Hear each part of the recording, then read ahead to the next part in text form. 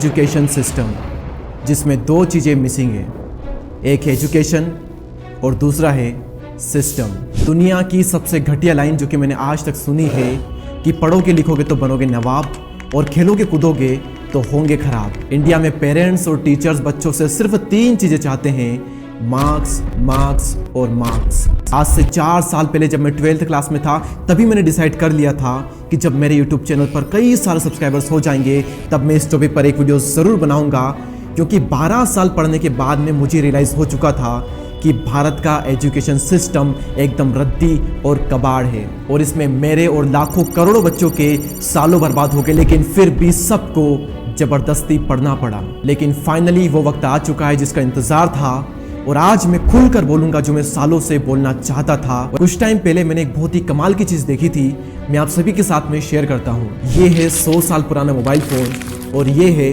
आज का mobile phone. ये है 100 साल पुरानी गाड़ी और ये है आज के ज़माने की गाड़ी। और ये है 100 साल पुराना क्लासरूम और ये है आज का क्लासरूम। देश तो पिछले 15 सालों में इतना बदल चुका है जितना कि 100 सालों में नहीं बदला, लेकिन एजुकेशन आज भी हम 200 साल पुराना ही यूज़ कर रहे हैं। और इस बदलती दुनिया में जो एजुकेशन सिस्टम खुद को ही नहीं बदल पाया वो हमें क्या बदलेगा। एल्बर्ट आइंस्टाइन ने एक बार कहा था कि हर एक इंसान जीनियस होता है, लेकिन अगर आप एक मछली को उसके पेड़ पर चढ़ने की एबिलिटी के आधार पर जज करते हो तो मछली अपना पूरा जीवन ये सोचकर बिता देगी कि वो एक मूर्ख थी। और हमारा एजुकेशन सिस्टम ना सिर्फ मछली को पेड़ पर चढ़ने को कह रहा है, बल्कि उसे पेड़ से नीचे गिराकर उसे दौड़ने को भी कह रहा है। और सिर्फ मछली ही क्यों, बल्कि हमारा एजुकेशन सिस्टम हाथी, घोड़ा, शेर, बंदर सबको पेड़ पर चढ़ने को कह रहा है। जो चढ़ गया वो सफल है, जो नहीं चढ़ पाया वो असफल है। और ये बात जानवरों के लिए नहीं थी बल्कि स्टूडेंट्स के लिए थी, क्योंकि यहाँ पर हर किसी को मार्क्स के बेस पर जज किया जाता है। आपके मार्क्स अच्छे हैं तो आप अच्छे हो, अगर आपके मार्क्स बुरे हैं तो आप बुरे हो, चाहे आप किसी भी फील्ड में कितने भी अच्छे क्यों ना हो। आज की डेट में अगर आपके 90, 95, 99% आए तो आप एकदम ब्रिलियंट हो, और 90 से अगर आपके एक भी नीचे आया तो आप एकदम बकवास हो, किसी काम के नहीं हो। लेकिन सच्चाई तो ये है कि मार्क्स सिर्फ उसी के अच्छे आते हैं जिसकी याददाश्त अच्छी होती है या फिर जिसको रट्टा मारना बहुत ही अच्छे से आता है। और अगर इन दोनों में से एक भी चीज़ आपके पास में नहीं है तो आप कहलाओगे एक डफर। और हमारे एजुकेशन सिस्टम की सबसे खराब बात मुझे लगती है कि यहाँ पर सबको सेम पढ़ाया जाता है, चाहे वो बच्चा पढ़ना चाहे या ना चाहे, चाहे उसको ज़रूरत हो या ना हो। आप इमेजिन कीजिए अगर एक डॉक्टर सभी मरीजों को सेम दवाई दे दे तो उनका क्या होगा। शायद उनमें से कुछ मरीज मर भी सकते हैं। और हमारे सिस्टम में भी सबको सब कुछ परोसा जा रहा है, चाहे उसकी उन्हें ज़रूरत हो या ना हो। आपको पढ़ना ही पड़ेगा, ज़बरदस्ती पढ़ो लेकिन पढ़ो। और एक और इंटरेस्टिंग बात कि हमारा एजुकेशन सिस्टम स्टार्टिंग से ऐसा नहीं था, ये सारी देन है अंग्रेजों की। तो आइए जानते हैं कि इंडियन एजुकेशन सिस्टम की बर्बादी की शुरुआत कब और कैसे हुई। इंडिया एम्प्लॉयमेंट रिपोर्ट 2024 के अनुसार देश में हर 3 में से 1 युवा बेरोजगार बैठा है। जितनी स्विट्जरलैंड की टोटल पॉपुलेशन है उससे ज्यादा इंडिया इंजीनियर्स प्रोड्यूस कर देता है। I hate education. हमारे सारे बच्चे परीक्षा के लिए पढ़ते हैं, ज्ञान के लिए कोई नहीं पढ़ता। The biggest criminals in the world, school teachers. I really don't like school. Visually impaired students के लिए इंडियन एजुकेशन सिस्टम में साइंस का ऑप्शन ही नहीं है। फेस करना है किस पर? इंडियन एजुकेशन सिस्टम पर। सन 1830 से पहले तक इंडिया में होता था गुरुकुल सिस्टम, लेकिन उसके बाद अंग्रेज आए और 1830 में लॉर्ड मैकोले ने इंडियन एजुकेशन सिस्टम को रीडिज़ाइन किया और इसे बनाया ट्रेडिशनल, जिसमें मैथ्स और साइंस को मेन प्रायोरिटी दी गई, जो कि बहुत ही अच्छी बात है। लेकिन हमारे पुराने सिस्टम में से फिलोसॉफी, हमारे मोरल वैल्यूज़, एथिक्स और प्रैक्टिकल नॉलेज जो कि हमारी डेली लाइफस्टाइल में काम आता है, ये सारी चीज़ें निकाल दी गई। और सबसे बड़ा चेंज जो कि उन्होंने किया कि पूरा एजुकेशन इंग्लिश में कर दिया गया। और उस वक्त अंग्रेजी भाषा अंग्रेजों से पहले भारत में कभी भी आई नहीं थी, तो उस वक्त ये पढ़ना कितना मुश्किल होता होगा आप खुद सोचिए। लेकिन सवाल यहाँ पर ये आता है कि आखिर अंग्रेजों ने ऐसा क्यों किया, क्योंकि उन्हें चाहिए थे वर्कर, उन्हें चाहिए थे रोबोट जो कि उनके इशारों पर नाच सके, यस सर करके उन्हें सैल्यूट करे और उनकी बातें माने, उनसे कोई भी क्वेश्चन ना करे। जैसे एक वर्कर को पूरे दिन फैक्ट्री में काम करना होता है, उसी तरीके से एक बच्चे को 8 घंटे एक ही कमरे में रह करके पढ़ना होता है। जिस तरीके से फैक्ट्रीज में घंटी लगने पर ब्रेक होता है, उसी तरीके से स्कूल में भी घंटी लगने पर ब्रेक होता है। और जिस तरह से फैक्ट्रीज में अच्छे प्रोडक्ट को उनकी क्वालिटी के अकॉर्डिंग ग्रेड किया जाता है, उसी तरीके से स्कूल में भी ग्रेडिंग सिस्टम लगाया गया। एक लाइन में चलना है, टाइम पर खाना जाना है, टाइम पर आना है, टाइम पर जाना है और अपने मन से कुछ भी नहीं करना है। जो इंस्ट्रक्शन आपको दिए गए हैं आपको बस उसका पालन करना है, कोई भी क्वेश्चन आपको नहीं करना है। ये था उनका बनाया हुआ सिस्टम और वो चाहते थे कि कोई भी उनसे एक भी क्वेश्चन ना करे। लेकिन अगर आप इंडियन फिलोसॉफी, वेद, गीता इनको उठा करके देखोगे तो आपको पता चलेगा कि अर्जुन ने भगवान श्री कृष्ण से क्वेश्चन कर करके दुनिया का सबसे महान ग्रंथ भगवत गीता लिखवा दिया था। क्वेश्चन करके ही एक इंसान ब्रिलियंट बनता है। लेकिन आज की डेट में तो बच्चे क्वेश्चन करने से ही डरते हैं और आज से ही नहीं बल्कि 200 साल से ही बच्चे क्वेश्चन करने से डरते हैं। लेकिन याद रखिए, जो बच्चा क्वेश्चन पूछता है वो थोड़ी देर के लिए बेवकूफ़ बन सकता है, लेकिन जो बच्चा क्वेश्चन ही नहीं पूछ रहा वो जिंदगी भर के लिए बेवकूफ़ बना रहता है। लगभग 200 साल होने वाले हैं इस पुराने एजुकेशन सिस्टम को। आज़ादी के बाद इतनी सरकारें आई, इतनी सरकारें गई, लेकिन किसी ने भी अंग्रेजों के बनाए हुए सिस्टम को बदलने की कोशिश नहीं की। तो क्या हम ये मान लें कि हम आज भी अंग्रेजों की गुलामी है? क्योंकि एजुकेशन हम उनकी पढ़ रहे हैं, खेल हम उनके खेल रहे हैं, भाषा हम उनकी बोलना चाहते हैं, तो हम तो अब भी उनके गुलामी हुए ना। और अगर हम 5000 साल पहले चले महाभारत के टाइम पर, तो वहाँ पर गुरु द्रोणाचार्य ने सभी पांडवों को उनकी काबिलियत के अनुसार शिक्षा दी थी। जैसे अर्जुन को तीर कमान की, भीम को गदा की, नकुल को तलवार की और युधिष्ठिर को भाला की। अगर वो अर्जुन से कहते कि तू धनुष भी चला और उसके साथ साथ में तुझे गदा में भी मास्टरी हासिल करनी है, अगर तू गदा में मास्टरी हासिल नहीं कर पाया तो तू एक बेवकूफ़ कहलाएगा, तो क्या अर्जुन सर्वश्रेष्ठ धनुर्धर में से एक बन पाता कभी? और अगर वो भीम से कहते कि तू गदा नहीं तू धनुष चला, तो क्या उनकी काबिलियत का सही उपयोग हो पाता? लेकिन हमें कहा जाता है कि आपको हर सब्जेक्ट में बेस्ट होना ही पड़ेगा और अगर किसी एक सब्जेक्ट में भी आप फेल हो गए तो आप फेल ही रहोगे, भले ही आपके सारे सब्जेक्ट में 100 में से 100 क्यों ना आए हो। और शर्म आती है ये कहते हुए कि हमारे यहाँ पर जो पढ़ाया जाता है उसमें से 90% हमारे किसी भी काम नहीं आता है। अब आइए हम ये जानते हैं कि हमारे एजुकेशन का हमारी डेली लाइफ में क्या यूज़ है। 90% से ज़्यादा चीज़ें जो कि हमारे सिलेबस में होती है उसका हमारे डेली लाइफ में कोई भी यूज़ नहीं होता। a+b का होल स्क्वायर कितनी बार रटा, कितना याद किया, लेकिन क्या काम आया ज़िंदगी में? खैर माना कि वो कुछ लोगों के काम आता है, लेकिन कितने लोगों के काम आता है? 100 में से 1-2 लोगों के काम आ रहा होगा। तो बाकी के जो 98 लोग हैं उनको क्यों पढ़ाया? और आप में से कई लोग कहेंगे कि स्कूल हमें डिसिप्लिन सिखाता है, मेहनत करना सिखाता है, लेकिन बच्चे का सारा डिसिप्लिन उतर जाता है जब गर्मी की छुट्टियां लगती है। वो तरस जाता है एग्जाम के टाइम में कि कब छुट्टियां लगे और कब हम इस जेल से फ्री हों। और सच्चाई तो यह है कि स्कूल से निकलने के बाद में हम ऑलमोस्ट सारी चीज़ें भूल जाते हैं। क्यों? क्योंकि जीवन में उनका कोई भी यूज़ नहीं है और जिन चीज़ों का यूज़ होता है उसके बारे में पढ़ाया ही नहीं जाता। फिजिक्स की ना जाने कितनी थ्योरी, केमिस्ट्री की ढेरों रिएक्शन, मैथ्स के वो फॉर्मूलाज, इक्वेशन, हिंदी की वो परिभाषाएं, जीवन परिचय, संस्कृत के वो श्लोक, किसी को भी कुछ भी पता नहीं है। सभी लोग सभी चीज़ें भूल चुके हैं, सिर्फ उन्हीं को याद है जो कि उस चीज़ को अभी भी पढ़ रहे हैं। और कितने लोग हैं जो कि उस चीज़ को पढ़ रहे हैं? सिर्फ 5% लोग होंगे। तो बाकी के जो 95% लोग हैं उनको क्यों पढ़ाया? सिस्टम कुछ ऐसा होना चाहिए कि सभी को ऑप्शन देने चाहिए कि तुम्हें ये चीज़ पढ़नी है या फिर ये चीज़ पढ़नी है, ना कि 10th तक सभी को सब कुछ पढ़ाया जाए। चलिए 10th के बाद में इंटरेस्ट के अकॉर्डिंग लोग डिवाइड हो जाते हैं, जहाँ पर मैथ्स, बायोलॉजी, आर्ट्स, कॉमर्स में लोग डिवाइड हो जाते हैं, लेकिन वहाँ पर भी उन्हें 5-5 सब्जेक्ट पढ़ने ही पड़ते हैं। और अगर आप केमिस्ट्री में भी अच्छे हो, मैथ्स में भी अच्छे हो, हिंदी में भी अच्छे हो, और अगर आप इंग्लिश में वीक हो और उसमें फेल हो गए तो आप फेल ही कहलाओगे, भले ही आपके बाकी सभी सब्जेक्ट में 100 में से 100 ही क्यों ना आए हो। और ये सेम चीज़ बार बार फेस की है हमारे one of the greatest mathematician Ramanujan ने। वो हर बार मैथ्स में 100 में से 100 लाते थे, लेकिन फिर भी फेल हो जाते थे। क्यों? क्योंकि इंग्लिश में वो फेल हो जाते थे। तो यहाँ पर अब आप ही बताइए कि क्या वो सफल हुए या असफल हुए। और अब मैं आप सभी को बताता हूँ कि हमारी क्रिएटिविटी के बारे में फॉरेन के जो टॉप लीडर्स है वो क्या सोचते हैं। 2018 में एप्पल कंपनी के को फाउंडर अपने एक इंटरव्यू में इंडिया पर कमेंट करते हुए बोलते हैं कि इंडियंस के लिए सक्सेस के मायने बिल्कुल अलग है। इंडियंस के अकॉर्डिंग हार्डवर्क करो, MBA की डिग्री लो और ज्यादा से ज्यादा मर्सिडीज ले लो, बस यहीं पर इनकी सोच खत्म हो जाती है। तो इसमें क्रिएटिविटी कहाँ पर है? और उनकी इस बात पर काफी विवाद हुआ और उन्हें बहुत ज्यादा क्रिटिसाइज भी किया गया। और सिर्फ यही नहीं बल्कि अभी रिसेंटली ChatGPT की पेरेंट कंपनी OpenAI के CEO सैम अल्टमैन इंडिया के कॉन्फ्रेंस में कहते हैं कि इंडियंस ChatGPT जैसा चैटबॉट बनाने का ट्राई जरूर कर सकते हैं, लेकिन ये करना उनके लिए बिल्कुल होपलेस रहेगा। यानी कि उनके अकॉर्डिंग हम इंडियंस ChatGPT जैसा चैटबॉट नहीं बना सकते। और इस बात के उन्हें भी काफ़ी क्रिटिसाइज किया गया और इस पर भी काफ़ी विवाद हुआ और कई सारे इंडियंस ने चैट जीपीटी बनाने का ट्राई भी किया, लेकिन उसके लिए वो चैटबॉट तो चैट जीपीटी का ही यूज़ कर रहे थे। तो ऐसा क्यों है कि हम इंडियंस इतने क्रिएटिव नहीं होते, हम इतने इनोवेशन नहीं कर पाते? क्यों वर्ल्ड की जो टॉप लीडिंग कंपनी है वो हमारे देश में नहीं है? आज एप्पल, गूगल, माइक्रोसॉफ्ट, अमेजोन, ये सारी कंपनी फॉरेन की क्यों है, इंडिया की क्यों नहीं है? क्यों हम इंडियंस ऐसी कंपनी नहीं बना पा रहे? मैं आप सभी को बताता हूँ कि हम क्यों नहीं बना पा रहे। बनाएंगे भी कैसे? जब आधा इंडिया कमरे में बंद रहकर जेईई और यूपीएससी की तैयारी कर रहा है, तो कहां से बनाएगा एप्पल, अमेजोन और गूगल जैसी कंपनी? लेकिन इसका मतलब ये बिल्कुल भी नहीं है कि हम इंडियन स्टार्टिंग से ही क्रिएटिव नहीं थे।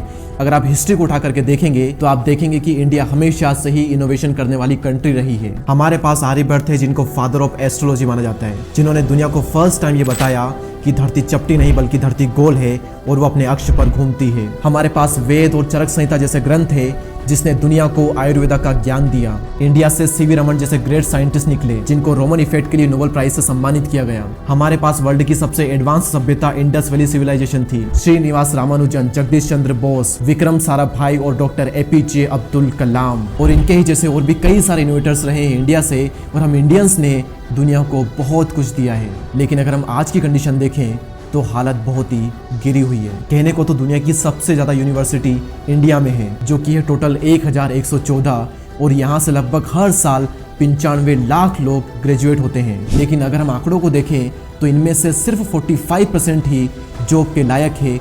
बाकी के पास सिर्फ डिग्री है जिसमें आराम से बैठ करके वो पोए और समोसे खा सकते हैं। वो उनके किसी भी काम की नहीं है क्योंकि उनके पास ना तो नॉलेज है ना ही कोई भी स्किल है। और जब बात इंजीनियरिंग की आती है तो ये आंकड़ा बढ़ करके हो जाता है 80%, यानी कि 80% इंजीनियर की डिग्री किसी भी काम की नहीं है, वो जॉब के लायक ही नहीं है। उनके पास सिर्फ दिखाने के लिए डिग्री है। और मुझे शर्म आती है ये बताते हुए कि जहां पर भारत एक टाइम पर इनोवेशन की कंट्री रहा करती थी, ग्लोबल इंडेक्स में इंडिया आज 48 नंबर पर रैंक करता है। और देश की पॉपुलेशन में हम नंबर 1, और यहाँ पर इतना पीछे क्यों हैं हम? क्योंकि हमारी क्रिएटिविटी को मारने में सबसे बड़ा हाथ है ग्रेडिंग सिस्टम का। मैंने अपनी एक वीडियो में आप सभी को बताया था कि कैसे internal motivation is greater than external motivation. वहां पर मैंने 2 एग्जांपल लिए थे जहां पर एक बलून में हीलियम गैस थी और एक बलून में मुंह से हवा भरी हुई थी। और मैंने बताया था कि उस बलून को मैं कितना ही उछाल लूं, बाहर से कितना ही मोटिवेट कर लूं, लेकिन वो नहीं उड़ पाएगा। क्यों? क्योंकि उसके अंदर ही अलग चीज छिपी हुई है। और हीलियम गैस वाले बलून को बिल्कुल भी जरूरत नहीं है उड़ाने की, क्योंकि वो अपने आप उड़ेगा उसके अंदर की गैस की वजह से। उसी तरह से कोई भी इंसान आगे बढ़ता है, कोई भी इंसान सीखता है अगर उसके अंदर सीखने की चाह है तो। लेकिन अगर उसके अंदर सीखने की चाह नहीं है और आप बाहर से उसे फोर्स कर रहे हो सीखने के लिए, तो वो नहीं सीख पाएगा। और एक बहुत ही अच्छी बात यह है कि सीखने की चाह हम ह्यूमंस के अंदर पहले से ही है, तभी तो हम बाकी जानवरों से इतना इवॉल्व कर पाए हैं। लेकिन ये सीखने की जो चाह है, इसको ये ग्रेडिंग सिस्टम मार रहा है। चलिए मैं आप सभी के सामने एक चॉइस रखता हूँ कि मान लो एग्जाम आने वाली है, 1 महीना बचा एग्जाम का, आप स्कूल में हो और आपके सामने पूरा सिलेबस है, इतने सारे सब्जेक्ट है, और आपको कहा जाए कि आप सीखने के लिए पढ़ोगे या फिर एग्जाम के लिए पढ़ोगे। सभी लोग एग्जाम के लिए ही पढ़ेंगे, दिखावा करने के लिए बोल सकते नहीं हम सीखने के लिए पढ़ेंगे। कोई नहीं पढ़ेगा, हर कोई एग्जाम के लिए ही पढ़ेगा। क्यों? क्योंकि उस पर प्रेशर ही इतना होता है कि तुमको अच्छे नंबर लाने ही होंगे।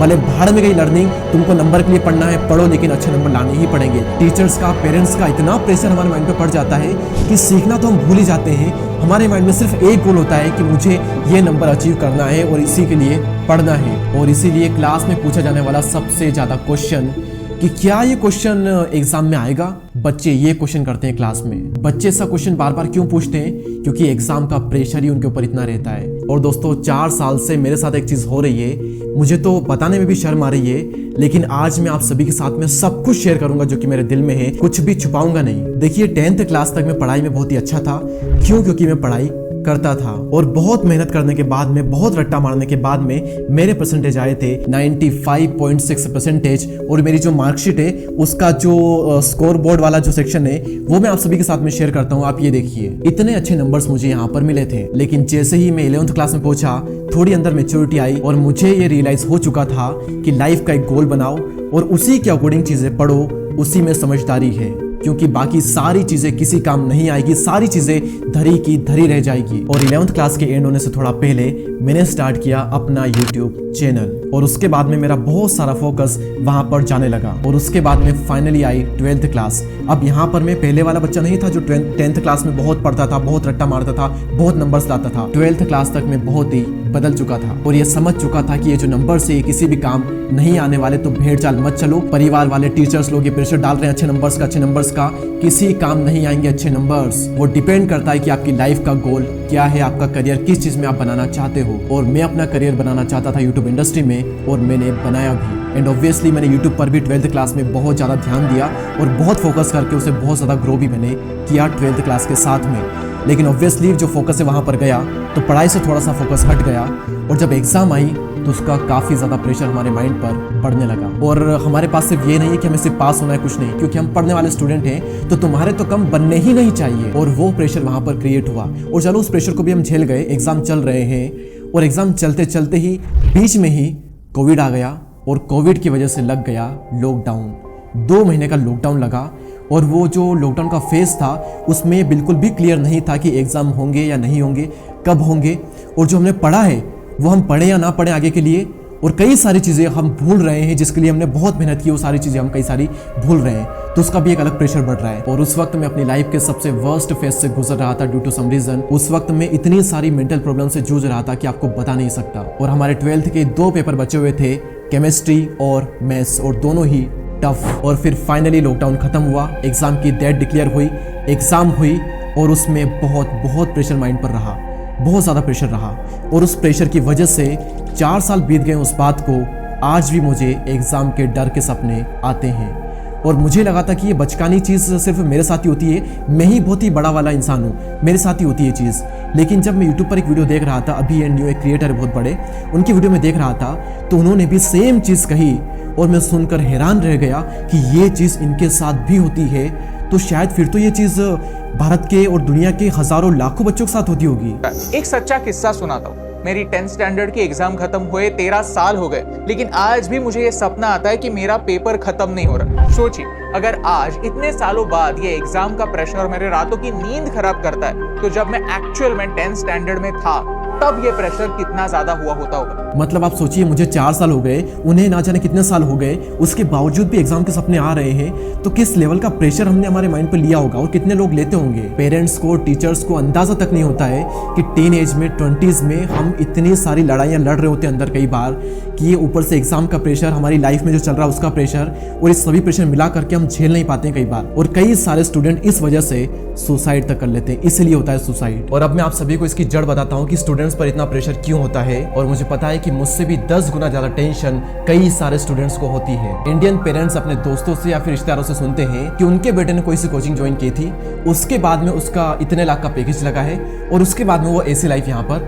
जी रहा है, वहां पर घूमने जा रहा है। तो इंडियन पेरेंट्स उनको देख करके इंस्पायर्ड हो जाते हैं, और वो अपने बच्चे को भी सेम कोचिंग इंस्टीट्यूट में भेज देते हैं। और ये चीज़ उनके लिए मैटर नहीं करती कि उनके पास में इतना पैसा है या नहीं है, वो लोन लेकर के, उधार लेकर के, कहीं से भी जुगाड़ करके पैसे करेंगे, लेकिन करेंगे। और अपने बच्चे से एक बार भी नहीं पूछेंगे कि क्या तू सच में करना चाहता है। बच्चे को ये आज़ादी ही नहीं दी जाती कि वो खुलकर अपने विचार रख सके। और आप सोचिए, अगर कोई माँ बाप उधार लेकर के, लोन लेकर किसी बच्चे को पढ़ाते हैं, तो उस बच्चे पर कितना प्रेशर रहता होगा। वो सोचता होगा बार बार कि मेरे पेरेंट्स लोन लेकर मुझे पढ़ा रहे हैं, तो अब तो मुझे किसी भी हाल में यहाँ पर सक्सेसफुल होना ही होगा। अगर मैं नहीं हुआ तो क्या मुंह दिखाऊंगा घर पर। और ये बन जाता है जबरदस्ती का प्रेशर। आज हमारे स्कूल्स में time management, stress management, creativity, productivity, happiness, इनके बारे में कुछ भी बात नहीं होती। वो तो आपको सिर्फ ये बताएंगे कि गिने चुने 3 से 4 करियर ऑप्शन है, उन्हीं के लिए अभी से तैयारी करो, उसके अलावा तुम्हारे पास कोई भी ऑप्शन नहीं है। इंजीनियर, डॉक्टर, IAS, IPS, बस यहीं पर जिंदगी खत्म हो जाती है, इससे आगे और कुछ भी नहीं है। हर कोई IAS, IPS नहीं बन सकता, हर कोई इंजीनियर नहीं बन सकता, हर कोई डॉक्टर नहीं बन सकता।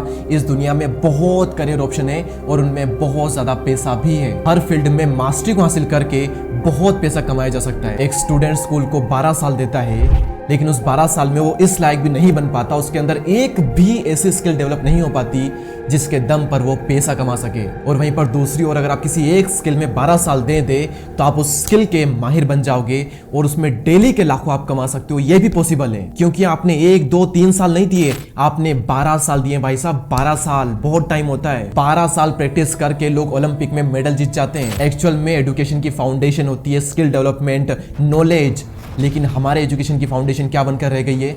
सिलेबस कंप्लीट कराना। और यहाँ पर कई सारे लोग ये सोचेंगे कि बड़ी बड़ी कंपनी के CEOs हमारे इंडिया से निकले हुए हैं। गूगल, माइक्रोसॉफ्ट, एडोबी, स्टारबक्स, इन सभी के CEO हमारे इंडिया से है। बहुत ही अच्छी बात है, लेकिन हम CEOs ही क्यों प्रोड्यूस कर रहे हैं? हम फाउंडर्स क्यों प्रोड्यूस नहीं कर रहे जो कि वर्ल्ड की टॉप लीडिंग कंपनीज बनाएं? और उसके लिए चाहिए होगा सही माइंडसेट, क्रिएटिव माइंडसेट, एंटरप्रेन्योर वाला माइंडसेट, बिजनेस माइंडसेट चाहिए होगा, जो कि यूएस का एजुकेशन सिस्टम उन्हें सिखाता है। और हमारा एजुकेशन सिस्टम हमें यही सिखाता है कि जॉब करो, भले ही बड़ी कंपनी में करो लेकिन जॉब करो। मतलब कुछ तो ऐसा करना चाहिए ना कि बच्चे स्कूल जाना चाहे, उन्हें पढ़ाई में मजा आए, वो सिर्फ एग्जाम के लिए ना पढ़े, वो सिर्फ नंबर्स के लिए ना पढ़े, वो एग्जाम से डरे ना, बल्कि उन्हें रस आए पढ़ने में, वो जानबूझकर पढ़ना चाहे कि कितनी इंटरेस्टिंग चीज़ है, कितना इंटरेस्टिंग तरीका है, कितनी नई नई चीज़ें होती है स्कूल में। ऐसा क्यों नहीं करते इंडिया में? और अब यहाँ पर आता है इस वीडियो का फाइनल मोमेंट। मैं इस वीडियो में सिर्फ बड़ी बड़ी बातें करने और स्कूल की बुराई करने के लिए नहीं आया हूँ। आज मैं आप सभी को बताने आया हूँ कि एजुकेशन सिस्टम में, स्कूल्स में क्या चेंजेस हो सकते हैं और ये चेंजेस पहले दिन से ही बिना कानून को छेड़े अप्लाई किए जा सकते हैं। और यहाँ पर ये जान लीजिए कि अगर आप स्टूडेंट्स देख रहे हैं तो इस वीडियो को अपने पेरेंट्स को, टीचर्स को दिखाएं या फिर उन्हें शेयर करें।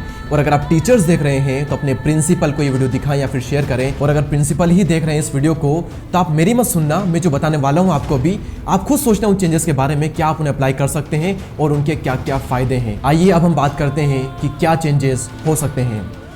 पहली चीज की तारे जमीन पर और 3 इडियट जैसी मूवी हर स्कूल में दिखाई जानी कंपलसरी कर देनी चाहिए।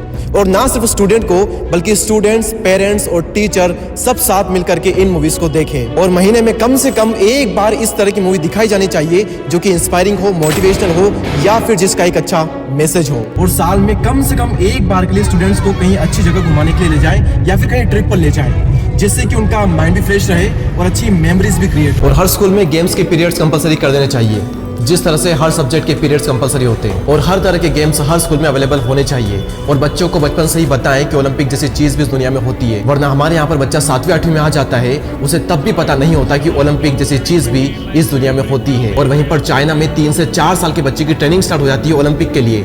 और आप देख सकते हैं कि चाइना ओलंपिक में कहाँ पर स्टैंड करता है और हमारा इंडिया कहां पर स्टैंड करता है। जिसका फायदा उठाया और हफ्ते में कम से कम 1 से 2 बार के लिए इस तरह के एजुकेशनल, इंस्पायरिंग या फिर किसी मैसेज वाले वीडियोस स्टूडेंट्स को दिखाने चाहिए। और इस दुनिया में जो भी नई चीज आ रही है जैसे कि AI वगैरह, इन सब के बारे में स्टूडेंट को बताया जाए। और मैं तो कहता हूँ कि स्कूल में कम से कम एक टीचर इन्हीं चीजों के लिए होना चाहिए। और अगर आप नहीं रख सकते तो हमारे जैसे यूट्यूबर्स को या फिर इनके जैसे यूट्यूबर्स को इन्वाइट कीजिए स्कूल में। और ना सिर्फ यूट्यूबर्स बल्कि हर फील्ड के एक्सपर्ट को वहाँ पर बुलाइए और उनसे कहिए कि अपनी फील्ड के बारे में हमारे बच्चों को बताइए। और बच्चों को उन फील्ड के बारे में भी बताइए जिनका पढ़ाई से दूर दूर तक कोई वास्ता ना हो। और फिर आप देखना कि बच्चों का कितना इंटरेस्ट आता है ये सब चीजें सीखने में और पढ़ने में। बच्चों से कहिए कि डरिए मत, बल्कि खुलकर अपने सपनों के बारे में बात करिए।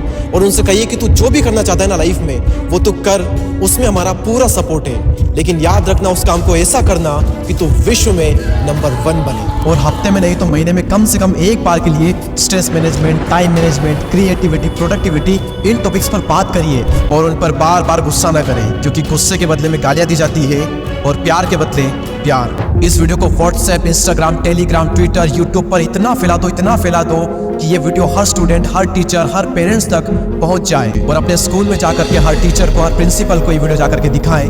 और अगर आपके स्कूल में जरा भी चेंज आता है इस वीडियो से तो हमें वीडियो बना करके इस ईमेल आईडी पर सेंड करें। हम आपकी वीडियो को हमारे यूट्यूब चैनल पर शेयर करेंगे। उस वीडियो में बताइए कि आपके स्कूल में क्या क्या चेंज किए गए जिसकी वजह से एक बड़ा चेंज आने वाला है। और अगर इस वीडियो को देखकर एक भी स्कूल में चेंज आता है तो 1 को देखकर 10 करेंगे, 10 को देखकर 100 करेंगे और 100 को देखकर 1000 करेंगे और ये चेन बनती ही चली जाएगी। आज मैं आप सभी से अपने लिए लाइक और सब्सक्राइब नहीं मांगूंगा तो सिर्फ एक चीज कि जितने भी लोग आपके कांटेक्ट में हैं उन सभी को ये वीडियो शेयर कीजिए। क्योंकि जो स्टूडेंट्स हमारे देश की आबादी का 20% है वो हमारे फ्यूचर का 100% है। और अगर भारत को विश्व गुरु बनाना है तो सिस्टम में थोड़े बहुत चेंजेस तो करने ही पड़ेंगे। उम्मीद करूंगा कि ये एक वीडियो सिस्टम में कुछ चेंज लेकर जरूर आएगा। मैं आप सभी के लिए ऐसे वीडियोस लाते रहूंगा। अगले वीडियो में फिर मिलते हैं, तब तक के लिए जय हिंद, जय भारत।